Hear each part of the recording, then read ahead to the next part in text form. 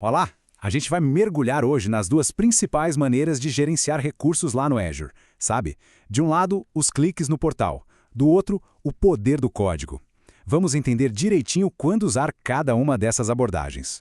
Pensa só, quando a sua nuvem começa a crescer de verdade com centenas ou até milhares de recursos, como é que se gerencia tudo isso de um jeito que faça sentido?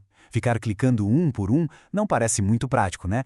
A resposta para essa pergunta tem um nome: Azure Resource Manager, ou simplesmente ARM. Pensa nele como o cérebro de toda a operação. Ou sei lá, o porteiro do prédio do Azure. Não importa o que você use, o portal, uma linha de comando, um script super complexo, tudo, absolutamente tudo passa por ele. É o ARM que valida, autoriza e executa cada pedido, garantindo que tudo funcione de forma organizada e consistente. Ok, vamos começar com a primeira abordagem, aquela mais, digamos, mão na massa. A gente vai falar agora das ferramentas que nos dão controle direto e imediato sobre tudo que a gente tem no Azure. Para muita gente, a porta de entrada para o mundo Azure é o portal.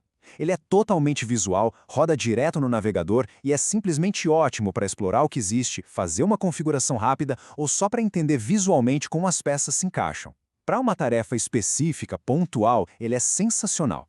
Agora, para a galera que prefere a velocidade do terminal, que trabalha em diferentes ambientes, seja Windows, Mac ou Linux, a ferramenta perfeita é a Azure CLI. O foco dela é permitir a criação de scripts rápidos, baseados em texto. Não é à toa que é a queridinha de muitos desenvolvedores por ser tão direto ao ponto. E para começar a usar a CLI? É moleza, são basicamente 3 passinhos. Primeiro, claro, é preciso instalar o módulo no seu computador.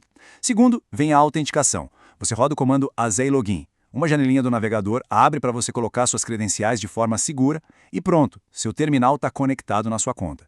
E terceiro, se a sua conta tiver acesso a várias assinaturas, uma de desenvolvimento e outra de produção, por exemplo, você só precisa escolher em qual delas quer trabalhar. Feito isso, está tudo pronto para começar a comandar o Azure. E olha só que beleza, a simplicidade em ação. Um único comando tipo az group list-output table já traz uma lista de todos os seus grupos de recursos, tudo bonitinho, formatado numa tabela fácil de ler. É rápido, eficiente e, o mais importante, super fácil de colocar dentro de um script para automatizar alguma tarefa. A outra grande estrela da linha de comando é o Azure PowerShell. Essa é a escolha natural para quem já vive no ecossistema Windows ou simplesmente prefere a estrutura super robusta do PowerShell. Ele é especialmente poderoso para criar scripts mais elaborados, com mais lógica e tratamento de dados. E o que torna o PowerShell tão intuitivo? Essa sintaxe de verbo-substantivo. É quase como ler uma frase em inglês. New-Azure Resource Group. Novo grupo de recursos. Get-Azure VM, obter máquina virtual. Essa estrutura previsível ajuda demais na hora de descobrir comandos novos e de escrever scripts que qualquer um consegue entender. Então, qual é a grande diferença entre eles? A CLI devolve texto puro, o que é ótimo para encadear comandos simples em qualquer sistema. Já o PowerShell, ele retorna objetos cheios de informação. Pensa assim, em vez de receber um textão, você recebe uma caixinha de dados já organizada, onde você pode acessar cada propriedade, como o endereço IP de uma máquina, de forma direta. A escolha entre um e outro, no final, vai depender muito da sua necessidade e de onde você se sente mais em casa.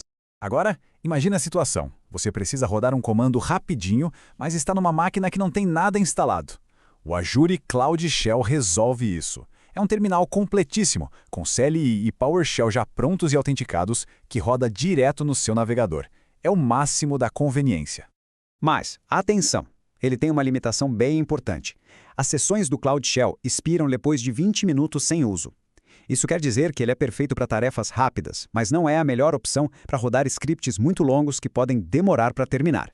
Ok, as ferramentas interativas são ótimas, mas o que acontece quando a gente precisa de consistência, de escala, de repetibilidade? Quando precisamos implantar 100 recursos de uma vez e todos eles precisam ser perfeitamente idênticos sempre. Clicar ou digitar comandos um por um simplesmente não vai funcionar. É aqui que a gente muda o jogo. A gente entra no mundo da automação declarativa. A mentalidade muda completamente. Em vez de executar comandos para fazer alguma coisa, a gente vai escrever um arquivo para definir o resultado final que a gente quer. É uma virada de chave fundamental. E a gente faz isso usando os templates ARM. Eles são a base do que chamamos de infraestrutura como código, ou IAC, no Azure. Basicamente, a gente escreve um arquivo, que é como uma planta baixa, descrevendo exatamente o que a gente quer. Uma máquina virtual com essa configuração, uma rede com essas regras, um banco de dados desse tipo. A gente entrega essa planta para o Azure e o RM se vira para construir tudo exatamente como foi definido. E os benefícios disso são gigantescos. Garante que cada implantação, seja no ambiente de desenvolvimento ou de produção, seja idêntica, eliminando aqueles errinhos que sempre acontecem em processos manuais. Beleza, agora que a gente já entendeu a ideia dos templates, vamos ver como, na prática, a gente escreve essas plantas baixas. Por muito tempo, esses templates eram escritos em JSON. E como dá para ver, a sintaxe é bem pesada. É um mar de chaves, colchetes, vírgulas. É muito fácil cometer um erro aqui. Para infraestruturas maiores, esses arquivos viram monstros, quase impossíveis de dar manutenção. Agora, olha só a diferença brutal quando a gente usa o Bicep. É a mesma coisa, só que muito mais limpo, conciso e, principalmente, mais fácil para um ser humano ler e escrever. A intenção fica clara com muito menos código, o que diminui drasticamente a chance de erros.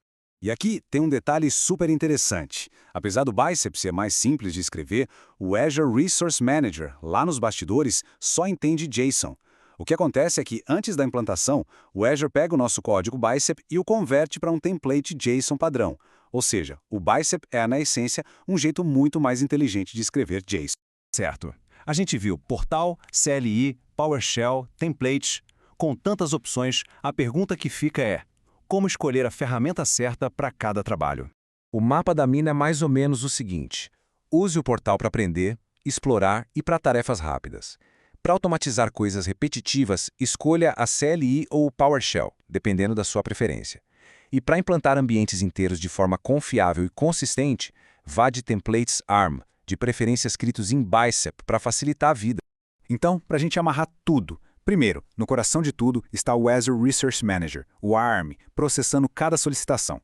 Segundo, para controle direto, temos as ferramentas interativas, o portal para explorar, a CLI para scripts em qualquer plataforma e o PowerShell para automação mais complexa no Windows. Terceiro, para escalar com consistência, o caminho é infraestrutura como código, com templates ARM. E quarto, a gente viu que o Bicep é a linguagem moderna que torna a escrita desses templates muito mais simples e segura que o JSON antigo. E toda essa transição, essa mudança dos cliques para o código, nos deixa com uma reflexão final. O papel do administrador de nuvem está evoluindo. Deixa de ser alguém que opera sistemas manualmente e passa a ser alguém que desenvolve e automatiza a infraestrutura como se fosse software. O que isso significa para o futuro da profissão? Fica aí a provocação.